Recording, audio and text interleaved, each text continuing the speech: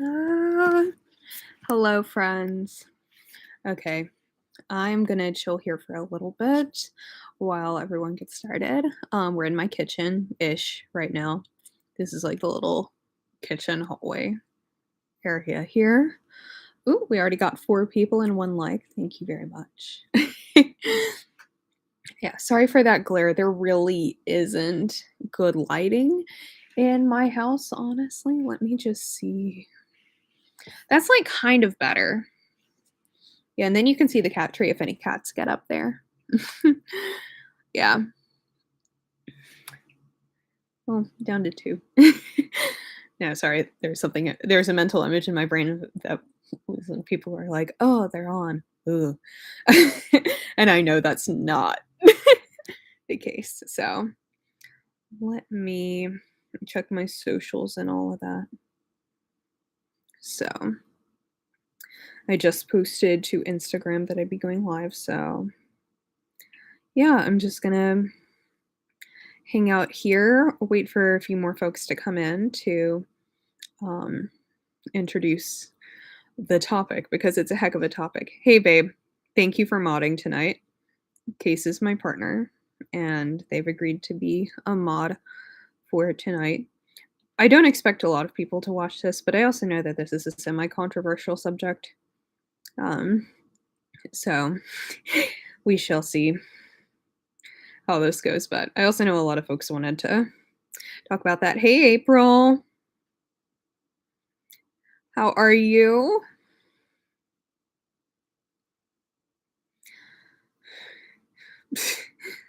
Thanks, babe.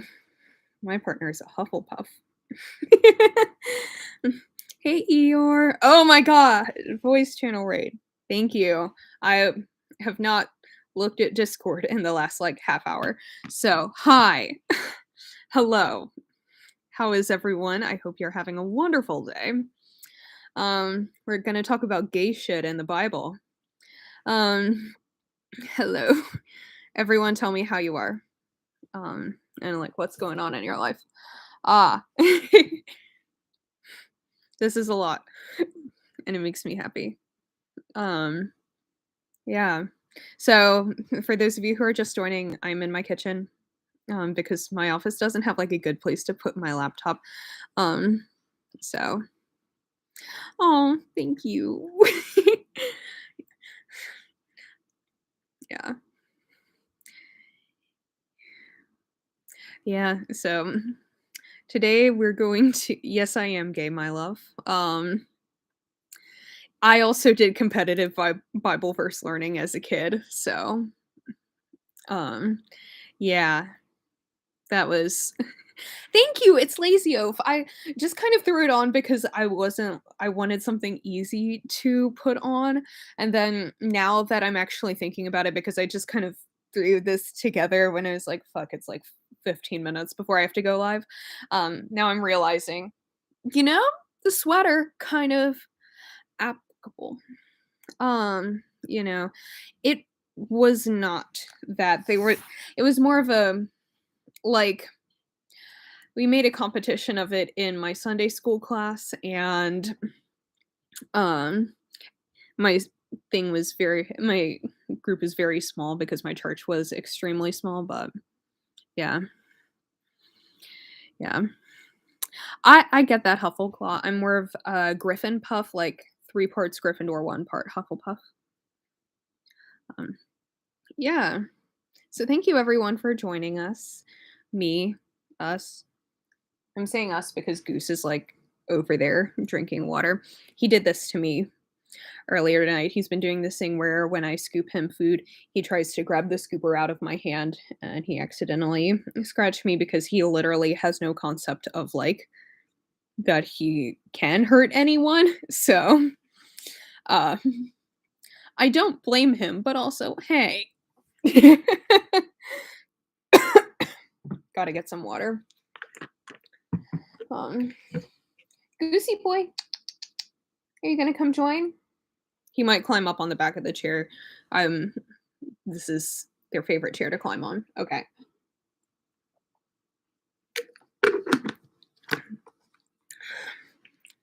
So, everyone in the Bible is gay, let's talk about it.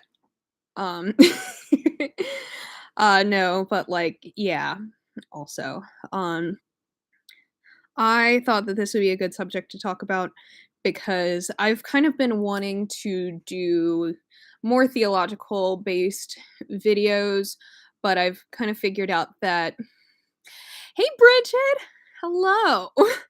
Bridget is one of my seminary friends. She is lovely. Um, so yeah, start with David and in Jesus and with Jesus, honestly.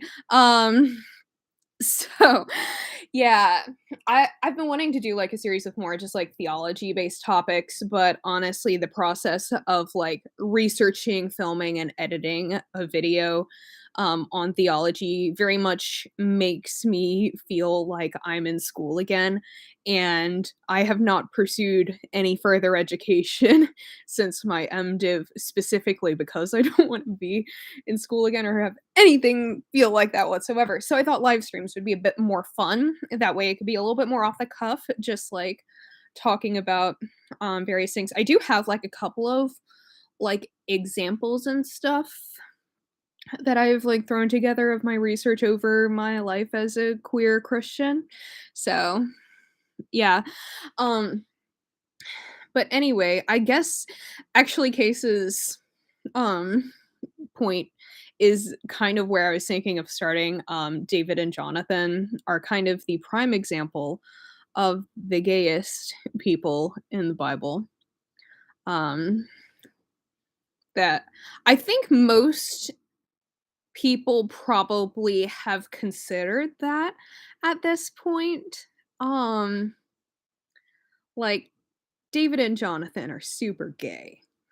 Um, that there is a verse, let me just find it because I had a whole bunch of tabs pulled up and then I lost it. Um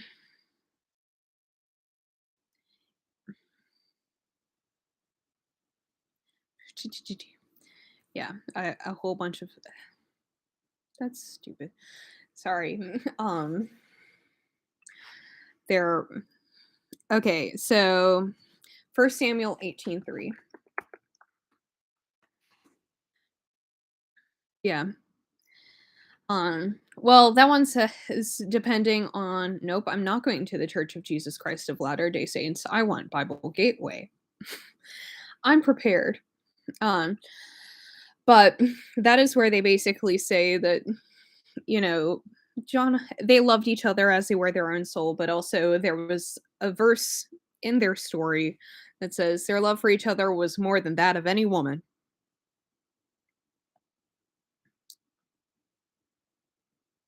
And while I don't want to discount male friendship, thank you, honey. That is that's super helpful. Like I said, I had tabs and then I lost them. Yeah, it's canon. Um, yeah. So that's kind of like the most basic one. I remember Case and I were sitting in a church service at one point, and the it was a very heterosexual service. However, the illustration that was on the PowerPoint of David and Jonathan did not look heterosexual whatsoever. And I think that, like, yes, we need to normalize, like, men showing feelings for each other in, like, a friendship way because, of course, we should dismantle toxic masculinity. However, how the fuck do we ignore something as big as that, um, in the Bible? So, yeah, they are kind of OTP a little bit. But I think that that's kind of the most basic way to kind of delve into the subject of queerness in the Bible because to me, that is like the most basic understanding. Like, that's the easiest thing to say. Like, yep, they were gay. That sounds pretty gay. But I think kind of more my personal beliefs on the subject of queerness in the Bible is that regardless of queer relationships, or how it's expressed, we also just really need to get used to the idea of like maybe one of the characters or people that you see in the Bible was gay and or like queer or trans, bisexual, whatever. And it just, like, wasn't mentioned because I think it's very good to say things like, "You are pretty gay, honey."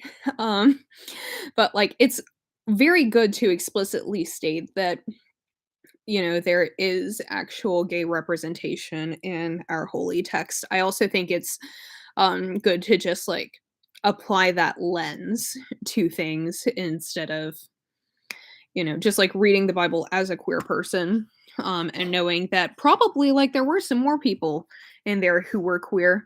Oh, thank you, April. That's my first thank you. I love the unicorn sticker, that makes me so happy. Um, yeah, like, just the idea that there could just be more queer and trans folks in the Bible than we originally thought. I think we just need to get used to that too. Like, it's so basic, but, like, there were so many people in the Bible that statistically speaking, like, gay people didn't just pop up in, I'll say 1996 because that was the year I was born. Like, we didn't just come out of nowhere, that I think that it can be very easy to fall into, well, they didn't exist back then. It was a different time. Like, no, queer people have always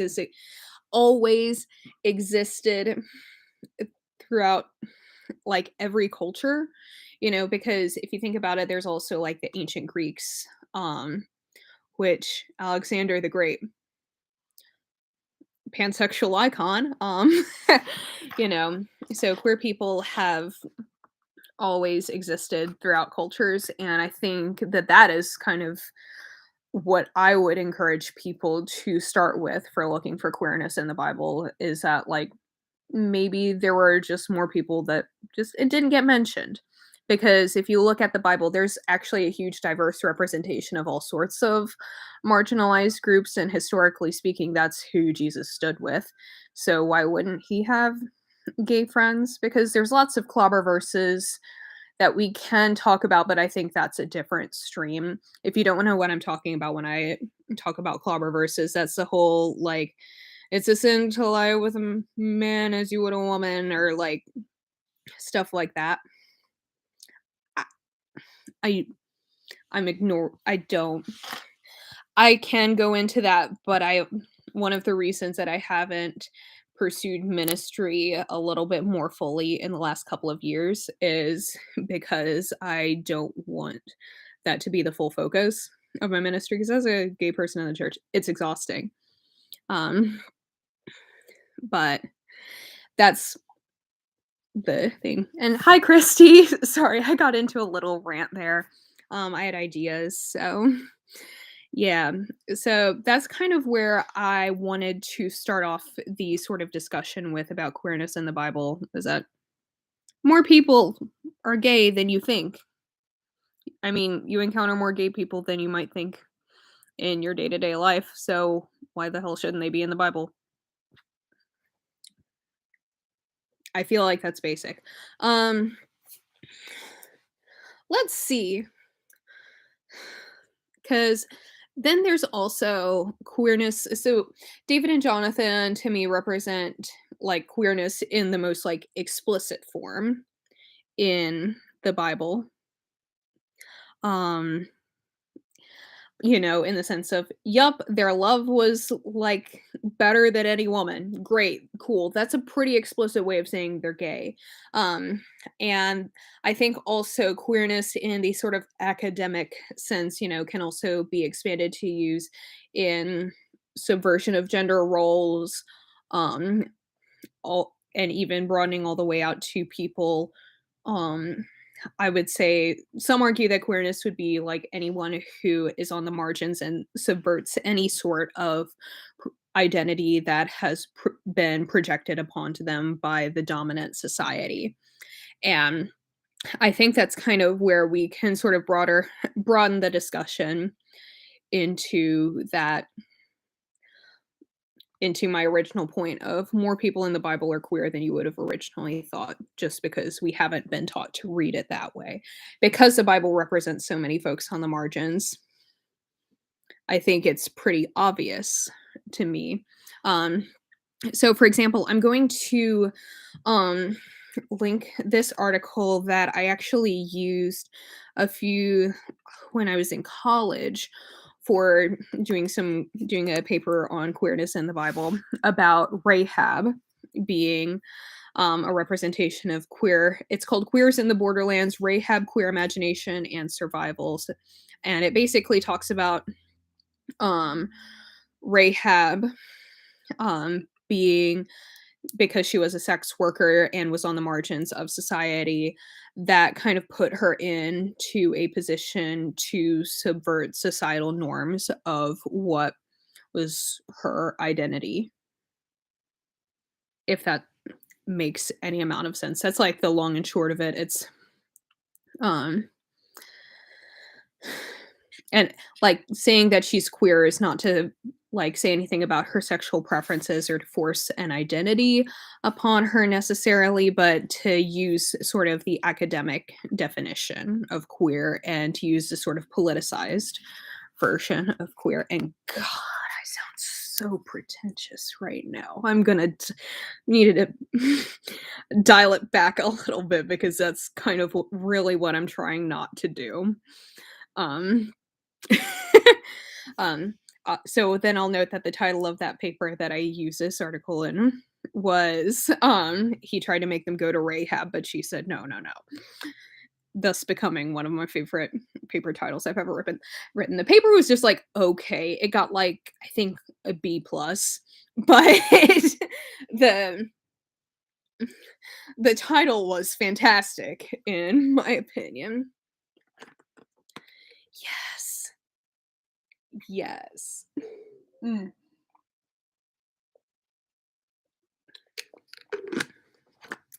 Yeah. And that's the thing too is like women were preachers in the Bible. Women were the first to proclaim the word of Jesus' resurrection in the Bible, and you can't argue against that. That's literally there in all the gospels. Like get over it, people. If you if we want to talk about gender roles and women's work, if you want to talk about the definition of a biblical woman, a woman's work according to the Bible is proclaiming the word of Christ. um but yeah, let's talk about gender roles a little bit actually, because I think that's one of the things that I've there's a huge discrepancy, I think, in what evangelical American Christianity kind of makes out biblical gender roles to be versus what is actually demonstrated in the Bible. Because to look at your standard, like, evangelical manual for a good heterosexual marriage, you would think that since we're called to be like Christ, that Jesus clearly must be this like big macho looking like Captain America ass motherfucker, you know, who is domineering and yeah. And that's like really, really, really not what Jesus was at all. Because we can talk about one whitewashing of Jesus in the West, and would say the projection of heteronormative westernized gender roles is a part of that whitewashing. Um, yes. So I'm sorry, I'm not making the most amount of sense. I've had a very long day at work and I didn't um I should have had more caffeine today. Um but if you actually look at who Jesus was, he was the person who hung out with all of the people that the church today rejects. Yeah, canon Jesus is way better than fanon Jesus. Um, yeah, I think there was a quote by Gandhi, I think it was, who had said like, I like your Jesus, I hate his followers," basically.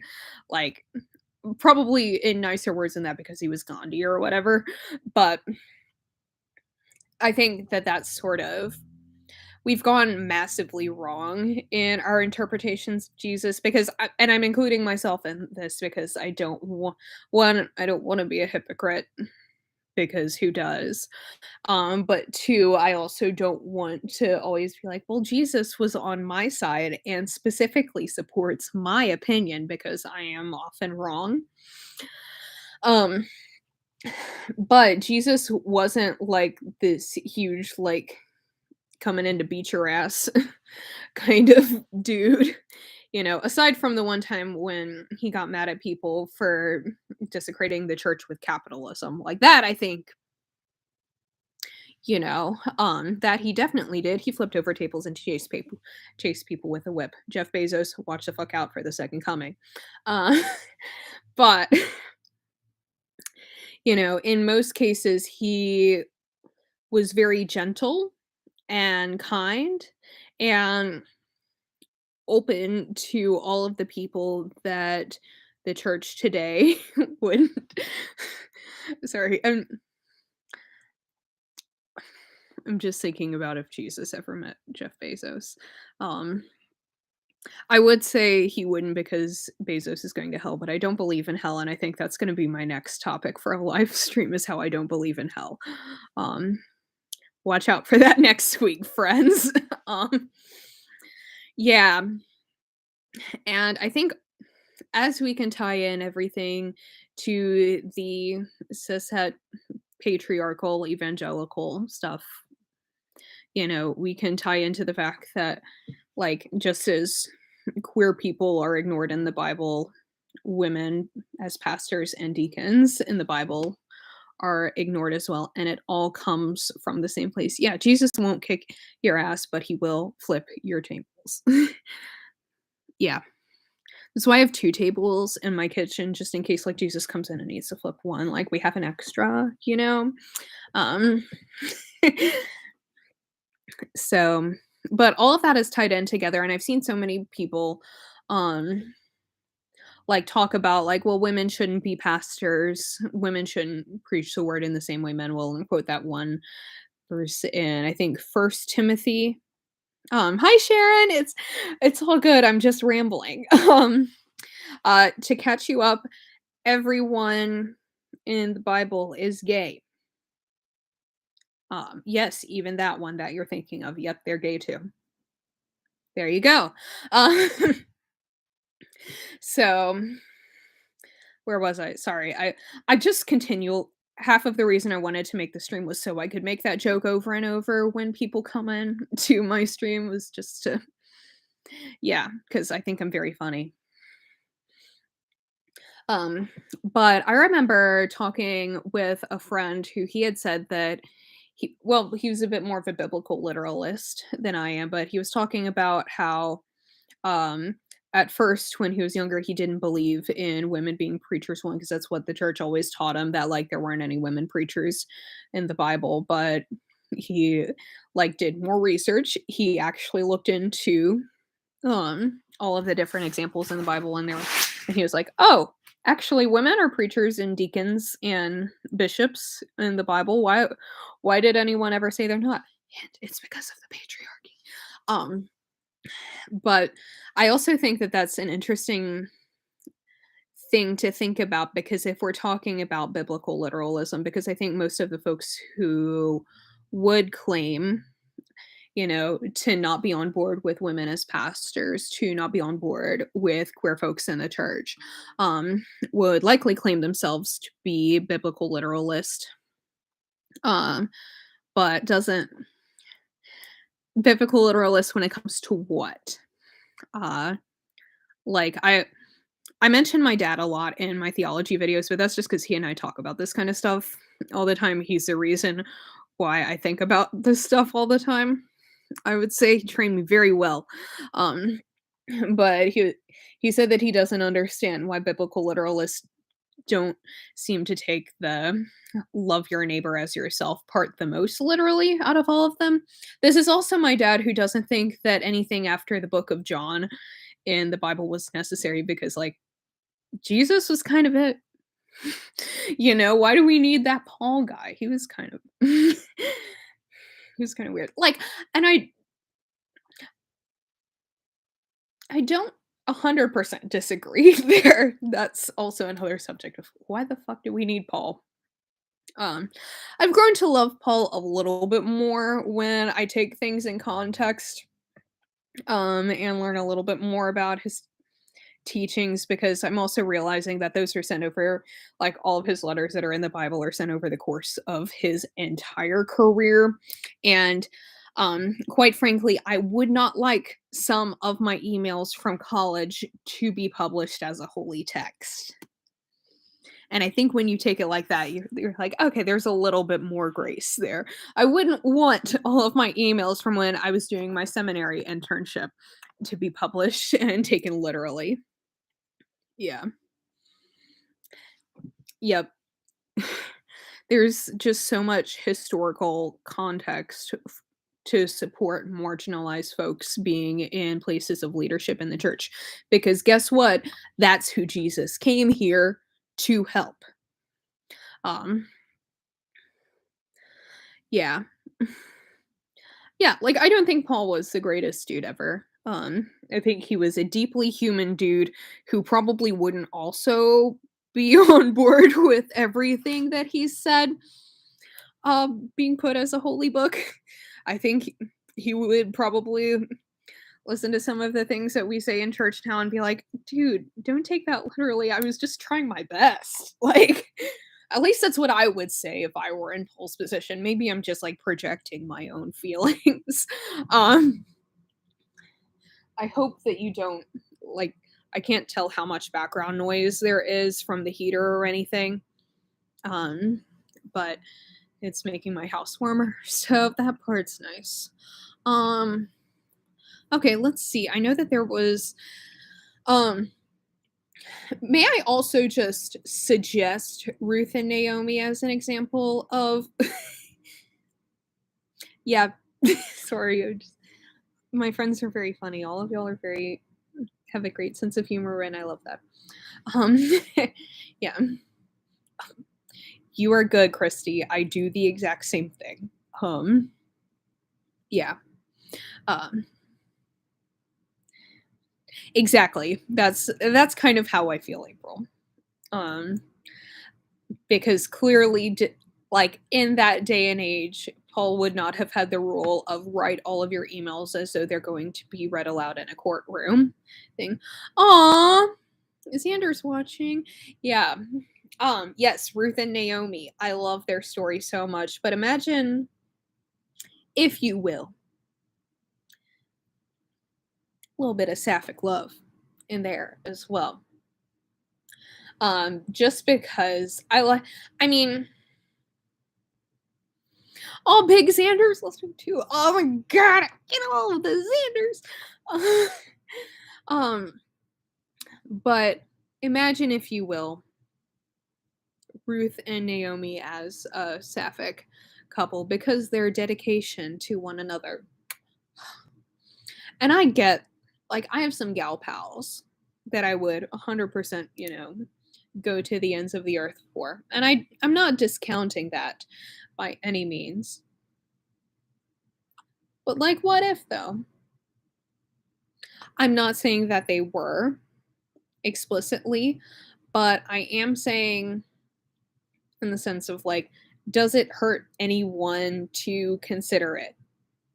And, let me just, like, there's something that I've always admired about, like, that story. There's something that I've always drawn to. Um and I think it probably goes far beyond, like, a bit further beyond just, like, a friendship. And I think I know of a lot of other, like, sapphic Christians who connect themselves to that too. Um, like, who often pull from the Ruth and Naomi story and find themselves drawn to it. And I think it's, like when you're drawn to all of the gay characters in TV shows when you're a kid, and then you come out when you're, like, in college, and you're like, oh, you know, like, this is I feel like Ruth and Naomi and loving their story is like the biblical version of having a crush, of, like, really, really, really liking Shigo and Kim Possible. I don't have a whole lot to support that, but I'm just kind of throwing that out there a little bit. Um, yeah. Oh, and hi, Dragon. to say hi to everyone, all the animals. I have not actually read Fried Green Tomatoes, but I will also say that I really haven't read much for fun since I was in high school and I'm 25. Hi Audra. Yes. Mm, yes, also about Paul. Yeah. He started growing at his conversion. Because if you know his conversion, he was converted from someone who actively participated in religious persecution up to the point of murder for people. And if that's where you are starting from at the beginning of your epiphany, you are going to have a lot of growing. Um, I'm all over the place. Yeah, Paul murdered people. And he is also someone who is like one of the main authors of the Bible. And that I'm not going to say that anyone is beyond redemption. In fact, I think that his story is one of the reasons that I think that all people are worthy and capable of redemption. But I will say that that's kind of when you've participated in the active persecution of an entire religious group of people, then that's something that you're going to have to unlearn a lot, especially when you're participating in said religion. Now, there's also the whole thing of kind of considering, well, would early Christians have even called themselves Christians? But again, another topic. I can go into so many different things. Um, yeah, let's see. So Ruth and Naomi are gay. David and Jonathan are gay. There's also the eunuch in Acts, putting out as a different form of like gender expression. That I would say. I think that's just important to note. Um, yeah, there was explicitly a eunuch in the Bible as well. I'm just listing off examples at this point. Let's actually talk about something that one of my professors in seminary apparently didn't think about when I asked in one of my theology 101 classes. Jesus was probably definitely trans. Um, like if we're thinking about it, so in the literal context of if the virgin birth is a thing, which I'm not going to necessarily comment on sexual purity or anything like that because virginity is a social construct and virginity only matters if you're olive oil. So I'm not so while I personally kind of think that Mary could also have just been someone who was very pure of heart and devoted to God, and that was her form of purity and virginity. If Mary had never had sex with a man, and so all of this was like all of Jesus was coming all out of her own body. And yes, some people might argue that God will provide the extra chromosomes. But like if we're thinking about it in a literal sense and God was like, boom, you're pregnant, and it was all her genetics. Yeah. So while it could be that she was pure of heart, if we're taking virginity in a literal context of what we would think virginity is in 2022, Jesus had XX chromosomes at the very least, um, all the way up until, we don't know what genitalia he had, um, unless someone has done something that I don't know about. Um, you know, um, in all likelihood, Jesus was either intersex or trans if we are taking the virgin birth from a literal perspective.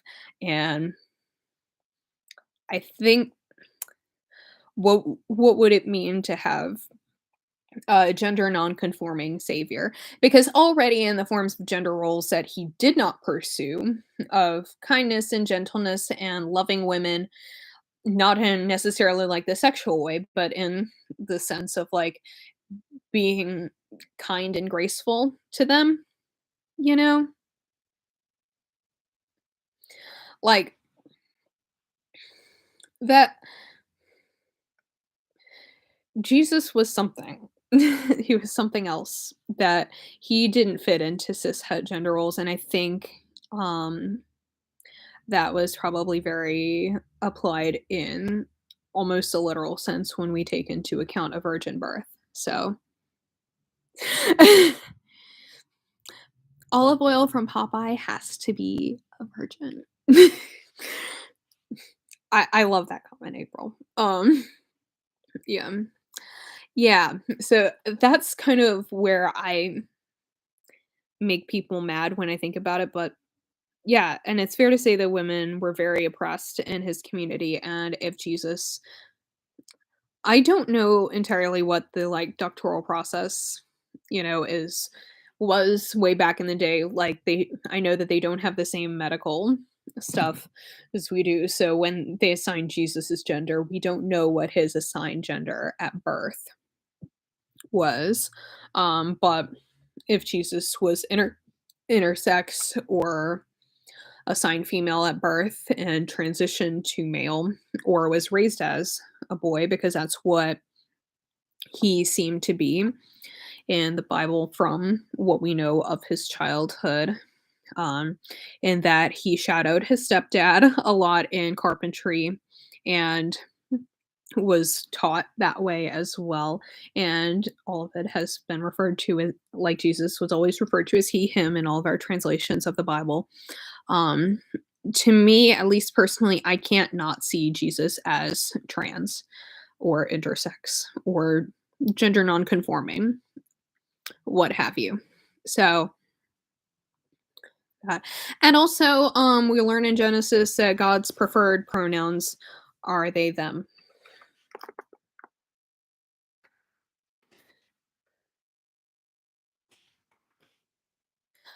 Because God refers to himself in the third person and uses multiples there. And man is made in God's image. Yes, man meaning human. And if um I actually saw this very beautiful thread. Um it was a Twitter thread that was reposted to Facebook talking about yeah. Yeah, God the creator was they them, God the Holy Spirit is she her, and God the Son is he him. God encompasses the main pronouns, like the mainstream pronouns that we would see, at least, and human consists of more than one sex and gender, yes. And but it was basically a thread on like being non-binary. I'm trying to pull it up right here so I can summarize it because I do have it saved. But yeah, um when we're talking about the idea that, in Genesis it says male and female God created them. And how do we reconcile non-binary and queer identities within that? If you also think about that, in Genesis it says God made birds of air and like animals of the sea. Well, there are more animals than just birds and fish. You know, God made day and night, but there's also sunrises and sunsets that God also made. And um, there are lots, basically, there's a lot of dichotomies in the book of Genesis that we're meant to originally see as binary when we first read them. But when you actually look deeper into it and think about it, like, yeah, day and night are kind of like the two times of day, but we have dusk and dawn too. There are all sorts of different times of day, you know, and gender is the same way. If God made humans male and female, and God has made all of these other sorts of binaries, then it stands to reason that there is room for nuance in all of the binaries that God has created, including the gender binary. And that maybe it's not entirely a binary at all, just because the binary is the most mainstream, socially acceptable answer. In case you haven't noticed, God hasn't exactly gone for the most socially acceptable answer in most situations, um, considering that God has historically acted upon behalf of um, of all of the folks who have been hurt by the binaries of society. Yeah, God has like, it's ever flowing time. Yes, I like that, and my gender is ever flowing. Um, yeah, there are many Jesus I like yes, Sharon. I like I think that we need to think more about the fact that there are a lot of times in Jesus's life that are a mystery. I think that we think, um, too often that the Bible was all that happened in that time, and that's even taking it like, if we take the Bible as a historical document of these are things that actually happened, which I don't 100% feel that it was. Um, we like, there's no way in hell you can document every second of Jesus's life ever. So, there are lots of things that Jesus likely did that we'll never know about. There are lots of people who Jesus interacted with that we will likely never know about. Jesus probably definitely had gay friends because Jesus had tax collector friends and poor friends and women friends and friends who were disabled and friends who were sick and friends who were imprisoned. Yeah. So why the hell wouldn't he have gay friends? So, yeah. Let me look through the comments a little bit more, see what we can talk about because that's kind of like what I had written down, but I'm up for talking about most things. So, um, let's see. I'm trying to think if anyone else is likely gay. Some would argue that, yeah, you're not wrong about Lilith. Yeah, yeah. Um, and I'll also admit that I don't. Mary Magdalene. Yeah, I have not. We've not mentioned Mary Magdalene yet. Let me pull up. Um, Let me just pull up like her verses in the Bible in case I need to reference anything. Because I'm trying to do that, but okay.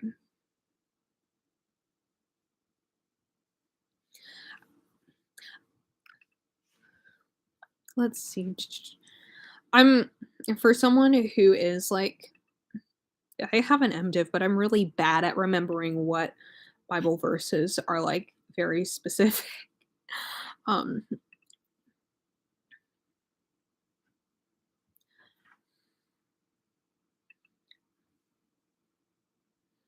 yeah, I mean, I think that she also falls into the idea of um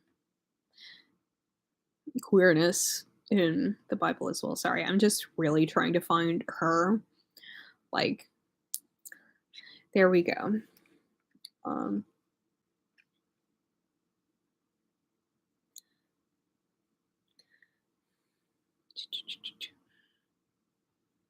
sorry, I feel bad that I'm not able to like reference very specific things. Oh, thank you.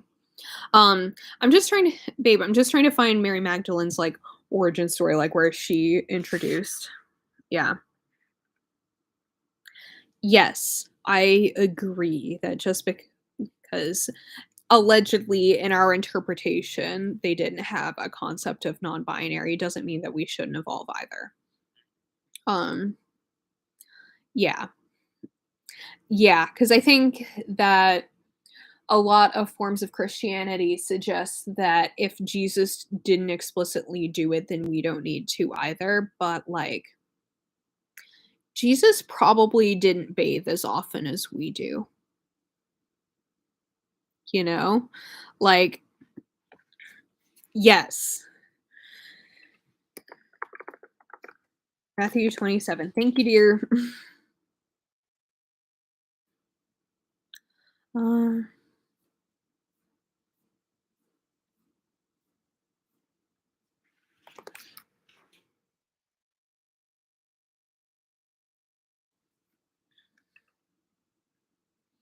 yeah. So I think that, yeah, I think that there's definitely something to be said for that too, of that just because it didn't exist then doesn't mean it shouldn't exist now. Um, yeah, but the idea of Mary Magdalene, considering that she was also put towards margins and also subverted gender roles, and the fact that she was one of Jesus's apostles, which was a role that I think in her day and age would have been, I wouldn't say reserved for men because Jesus didn't reserve that kind of thing based on gender, you know. Um, but being the fact that she was one of the first to proclaim the gospel of Jesus' resurrection, and subverting that gender role. Um, I think that that is super, super important. And thank you for mentioning her. Um, yeah. Sorry, I'm a little bit out of sorts. Yes, Jesus probably had to worry about fleas a bit more than we do. Yeah, yeah. Just because Jesus didn't explicitly do it, like, doesn't mean that we shouldn't. Um, I just also wanted to bring up the, notion of queerness and queer relationships in the Bible to note that, maybe we need to recalibrate our idea of what could have historically happened as well. Um, yeah.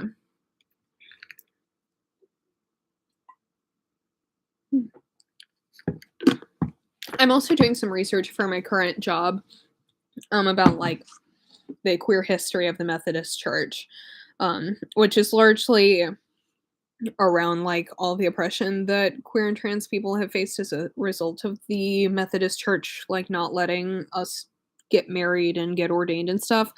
Um, but I need to research this a little more, so like don't quote me on it, but John Wesley, who's one of the founders of Methodism, uh, I found a place in one of his letters that he had a gay friend.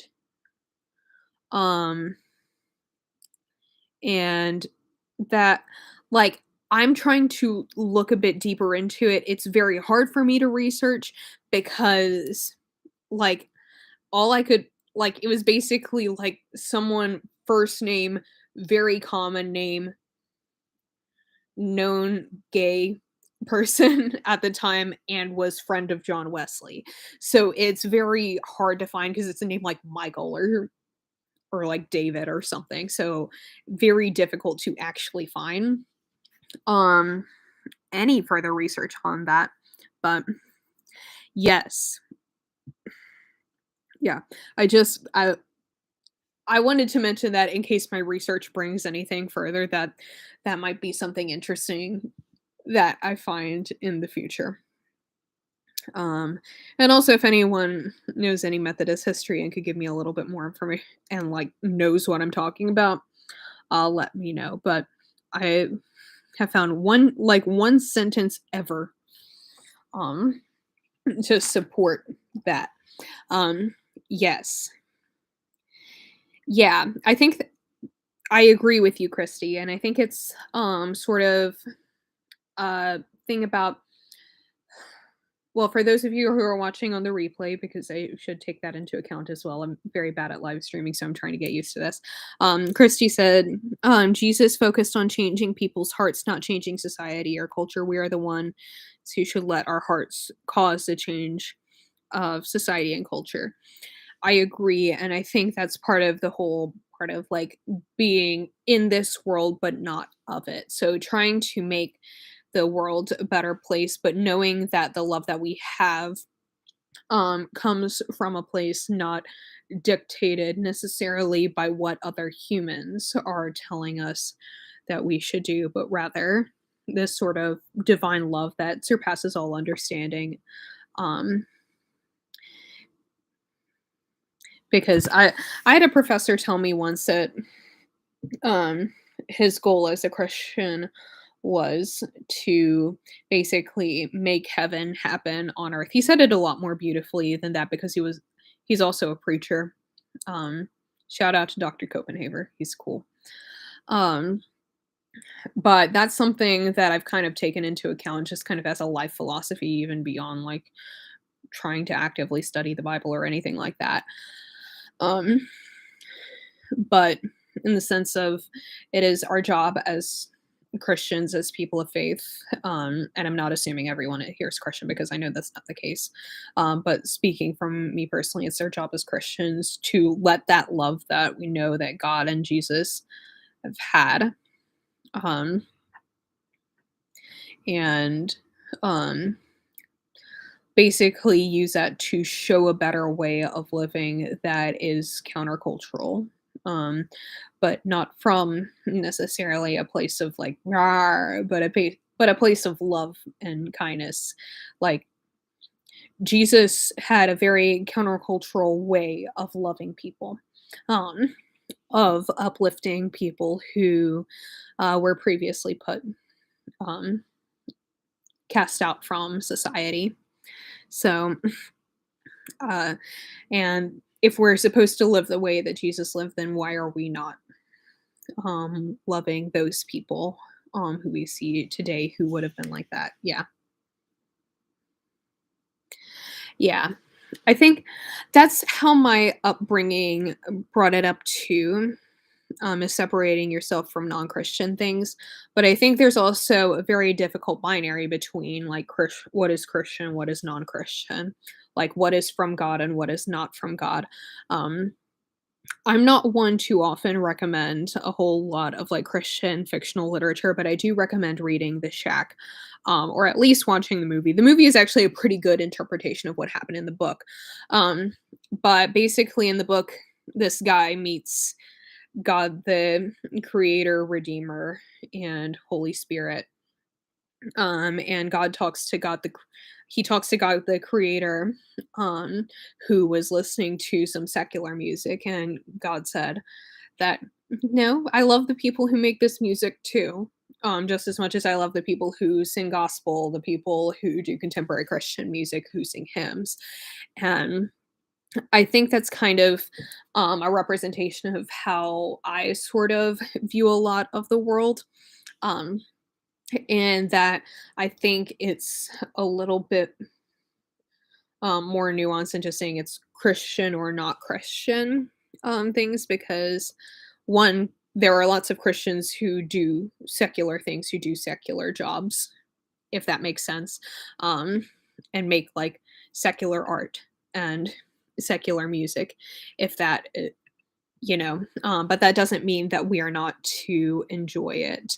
And I had lots of friends growing up in the church whose parents like were very much like, oh, well, the Jonas Brothers, they're Christians, but they're not a Christian band, so you can't listen to them. Or Harry Potter, not Christian, to read that. Now, granted, I don't recommend Harry Potter as much for other reasons now, but that's because of who the author is and the fact that I don't want to give money to her. Um, yeah, yes, and God has a pretty I agree with that, Sharon, that God has a pretty wide perspective of humanity and the broad range of human experience, because also if we are made in God's image, then that human desire to make art, to experience love, who to feel anger at things that have gone wrong, to grieve, that does that not mean that God experiences those things too and that God is there with us? Like, who are we to say that our difficult the difficult parts of human experience are also not something that God experiences too? Um, yes. Thank you for that, Christy, about the parts of the Bible that condemn homosexuality. Um, that the original definitions have likely been misconstrued throughout the translations. Yeah, um, I I did not personally experience the whole like anything with magic opens you up to the devil thing growing up. My parents, despite the fact that I grew up in a very conservative church, my parents were actually really progressive. When it came to theology, it's just simply the fact that I grew up in a town of 400 people, and so we didn't have a lot of church options, so we did the best we could. Um, but I had a very good like, my mom is a librarian, and so she was always very much like, "No, read banned books. Um, this is like, that's just as important to read as the Bible because God created humans who make art and write things and do all of that. So even if it's magic. Also, like, I fully support like Wiccan and pagan faiths because I don't think that supporting a different faith is like countercultural like counter to what Christian teaching is. Um but even if I did think that, then like I would hope that like understanding the difference between like fiction and reality as well, and being able to consume fantasy literature as a result. Hi, Thorn and Audra. I'm glad you're back. Um, so to the effect of your grandmother reading Grimm's to you, I learned recently that my nana, my little Methodist church lady nana, let my mom play with a Ouija board. My mom and her siblings play with a Ouija board when they were growing up. And this is my nana who went to Bible study, was a member of the United Methodist Women. So, um, I love your username, Thorn in the Garden. But I find it very interesting to that, like, I don't know, I wonder if a lot of our super religious grandmothers had different perspectives that yes. Yeah. So, yes, I did. Yes, I did, Audra. Um, so yeah, anyway, my family's super Methodist, but my mom played with Ouija boards growing up. Nothing happened as far as I know, but maybe maybe she just didn't want to tell me. um, I know I've never done anything like that. Um, yeah, that's my thing, Feffy. I think I'm a little bit more on the side of your abuelita. Um, yeah, of like, I don't believe in ghosts, but I don't want ghosts to know that about me. You know? Like, I don't think so, but on another hand, I also think that through God all things are possible, so who am I to say that something isn't possible? You know? In fact, I really think our dishwasher is haunted because there have been at least 3 times since we've moved in here that we've like neither one of us has turned on the dishwasher and it has been like running. So, and I'm yeah. That's just another thing to note. Um, let's see. Ooh, enjoy your concert, Sharon. Have a good night. Um, yeah, Ouija boards just don't seem like the best idea. I don't know, it just so Case has a suspicion that our haunted dishwasher is my nana, because my nana lived with us when I was growing up. She always was in charge of like the dishes and stuff, and so Case thinks that my my nana's spirit has followed us here to make sure our dishes are extra clean. So yes, I I agree with you, Christy, on that if it's possible for one deity, it's possible for many. Part of me wonders if like God is just cosplaying in every religion or whatever. Um, but you know, I I know like I'm very Methodist, but also if you ask me a little bit more about my faith or to kind of boil it down a little bit better, I would say that I'm like a pantheist with a high Christology. Like, I think like all forms of religion are valid. Worship what you feel and like love love all in that, but uh, Jesus is like my dude, you know. And I know you disagree with me about the Ouija board. I get it.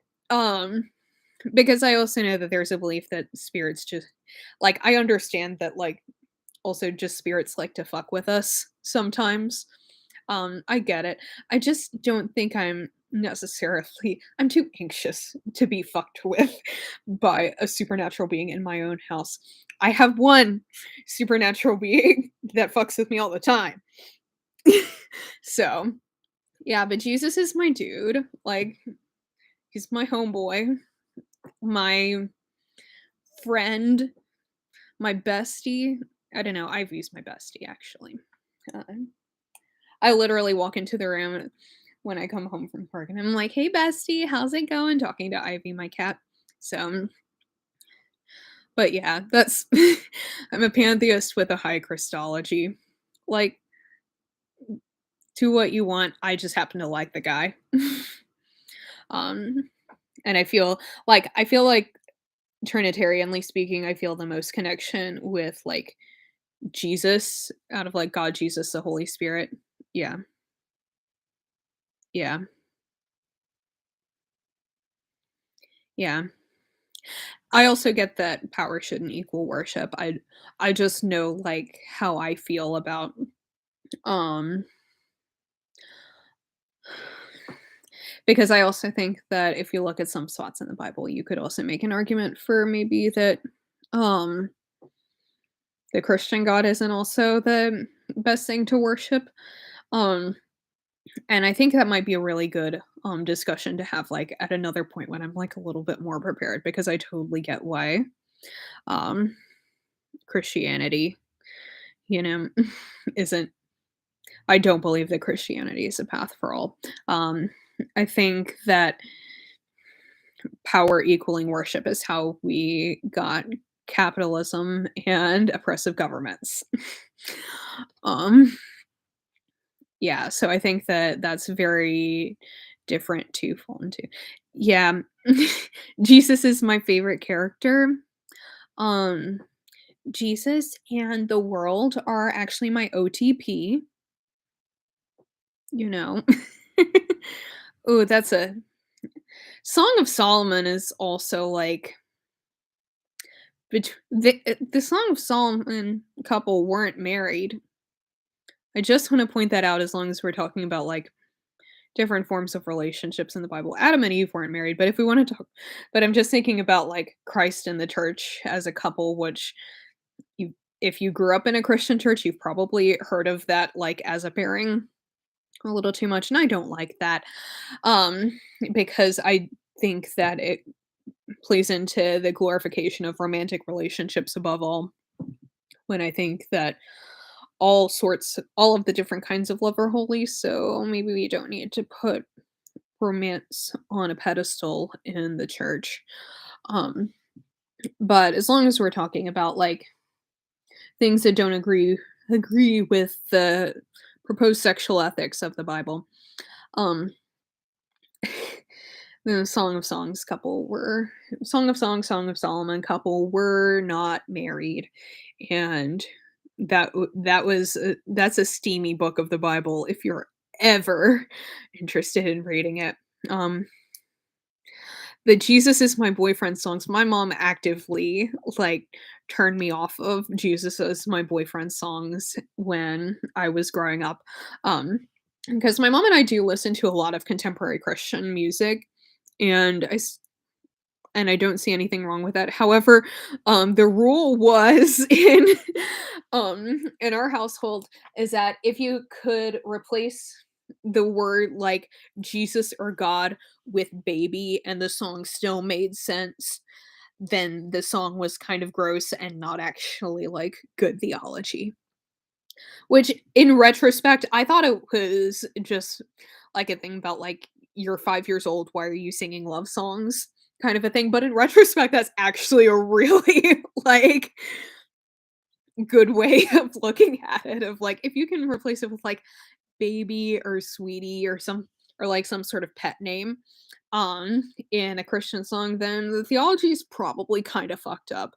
My mom didn't frame it that way, but I think it's a decent way of saying that. Um, yeah. Speaking of Christian bands, Reliant K is coming to Baltimore in March, and I'm kind of hoping things are like a little bit more safe in March specifically so I can see them because they're touring with queer Christian artist Semler, who everyone should check out. I'm like super excited. Reliant K really said gay rights. Um, I'm finding it very interesting to see all of the contemporary Christian bands that I listened to growing up either turning out to be like super like progressive, gay friendly groups or like the exact opposite. I'm interesting to see who's who because if you had told me that Skillet would become like an entire like homophobic group when I was 13, I wouldn't have believed you. Um, but I'm going to try and see Reliant K this year. Huh. I think that's the one benefit of me living near a city. I never anticipated living near a city, but that means that I get to go see bands. Ooh. Hmm. I don't watch a whole lot of figure skating, but that's because I don't watch like a lot of things. I watch YouTube and then like horror movies. That's kind of it. So, yeah. I I kind of agree on that, Christy, and I kind of disagree a little bit because I think that I agree with the notion that Jesus is here for redemption and to like realign our focus, um, and to just show us the like right and loving way of living. But I don't think that it's necessarily like just the Old Testament or the Hebrew Bible, because one, I think that there are a lot of teachings in Judaism that are actually a whole hell of a lot more loving than a lot of the teachings we got in Christianity, and so I don't necessarily wanna relegate that to the Old Testament God, but I do definitely think that, Jesus is there to, like I don't wanna say set us straight because this is the whole thing about gay theology, you know? Um, but, to kind of set things right. I remember my friend Scott was talking to me about how he saw, I think it was Reverend Jackie Lewis preach or like do a seminar or something. And um someone in the seminar had like proposed the notion of like Jesus was there to like set the record straight and turn the world upside down, and all of that. And she had just said, well, what if Jesus was actually here to turn the world right side up? And that's what I think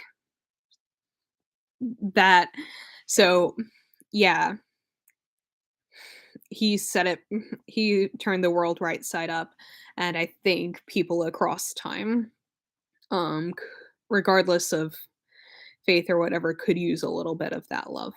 Yeah, and I think that I like what you said about the, notion of focusing on law and ritual and ignoring people in need because that to me really rings true, like, so much today. That like, I hate that it's been 2,000 years and we still don't get this shit, like, I think it kind of shows how human nature is a little bit, but, um, why is it that human beings focus way too much on the rules and not so much on loving people? Um, this makes me think of, something that I was watching. So I like HGTV. This is going to start from a very weird place, but we're getting here, I promise. I like HGTV. And you know the whole thing when like the fixer upper couple was like caught going to a homophobic church. I still like don't 100% like get the best vibes from them, but I do like what Chip's response was to that when they were asked explicitly like, well, how do you feel about gay people? How do you feel about same-sex couples, whatever? And they were like,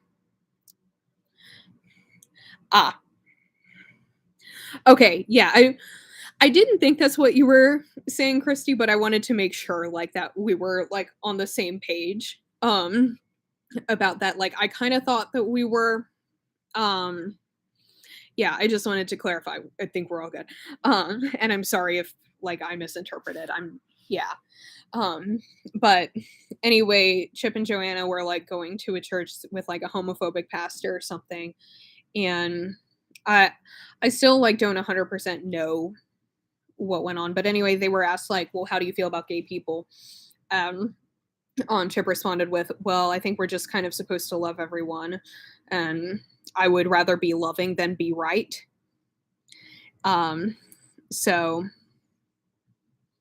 yeah, that's kind of how I fall on that too, with like what you had said about the focusing on law and ritual and ignoring people in need. Like there's such this human need to be right. And I find that in myself too. Like I joke all the time that like I don't like the question, would you rather be right or be happy? Because I'm very happy when I'm right. Um yeah, but um there in the sense I like that notion of I would rather love people and find out that I'm wrong than hate people and be right. You know, I would rather be excluded for who I include than included for who I exclude. I think that that's like the thing. Thank you for telling me I'm right, honey. I really appreciate that. It makes me happy. Um, yeah. Um, yeah, it's very Taurus of me. And I know that I have so many Taurus.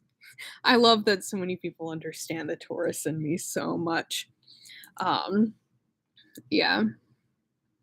Like if I die and find out that I was wrong for loving all of the people that I do, then I think that that's like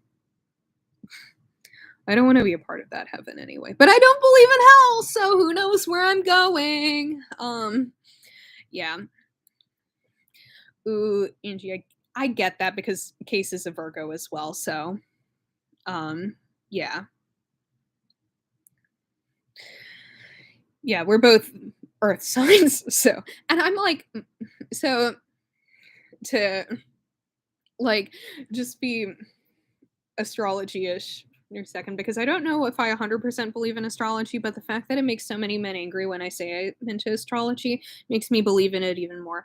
Um, but um, I like most of my chart is like half earth, half fire with like a teeny bit of air sign in there, which means that just means that I have very hard opinions and I'm very loud about them. So yeah. Anyway, I just needed to mention that since we're getting a little astrology in there. But yeah, love people. Um, and gay rights, regardless of whether they're in the Bible or not. They probably lots of people in the Bible were probably gay. Um, they just didn't know it because, in case you haven't noticed, the Bible wasn't exactly translated well. Um, or at least the people who wrote and translated the Bible had biases, much like we do. So we can't act like the Bible is 100% correct and without nuance um, all the time. I'm just running out of things to talk about a little bit. So, how do we feel next week? Same time, same station. What if I talk about hell and how I don't believe in it? Yes, people intentionally translated the Bible wrong. Yep. Yep.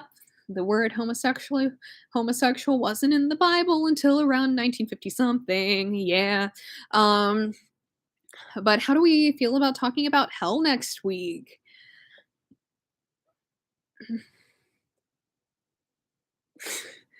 I think that would just be great cuz I don't believe in it. And I think that's probably actually fine. Um, but I've also heard that that pisses people off. So I think that that would be a great subject to talk about. Yes. Yes. Mm. Christy, I am so appreciating you here coming on, especially because I'm really appreciating your voice in this discussion. Um, yeah. So I'm glad you're here. Oh, thank you, April. A rainbow. You match my sweater. Thank you for the super chats. This was so fun. I think that this will become a series. I'm probably going like obviously I'll get into like learning how to use StreamYard and stuff like that. I might invite some of my friends on as well. Cause I have some ideas for different things that I would like to talk with people about. I think it'll be super fun to, like, talk to other people in these. So, yeah, let's talk about all of this theology stuff because I think that there's a lot of, like, conservative theology that gets a big voice, so why the hell shouldn't the ones who are, like, working, for justice get a voice too?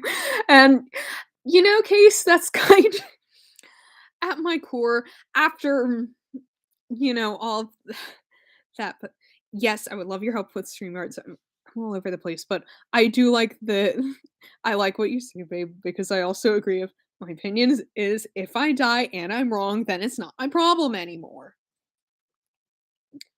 Whoopsies. I did my best. Put it on my tombstone. I tried. Um, yeah. Okay, so we're gonna talk about hell next week. Let's do it. Okay, thank you all so much for watching. Um, I really appreciate everyone being here. This made me so happy. Yeah, I love you all so much. Christy, you're gonna make me cry. Um, I have a that's really sweet. Thank you all for being here. I have a couple of videos that I pre-filmed that I just like haven't edited, but I'm really trying to. One was like a half hour long, so I've been procrastinating editing by choosing to knit instead. So, there will be other content this week besides the live stream, but I'm thinking I'm going to try every week to, like, Wednesday nights, do a live stream and then maybe have 1 or 2 videos interspersed throughout the rest of the week. Because 'cause y'all know I unintentionally took a very long break, last year, and I'm really trying to get back into the swing of things and talk about things, so, yeah, thank you all for being here. Love y'all so very much, and y'all have a wonderful night. Bye.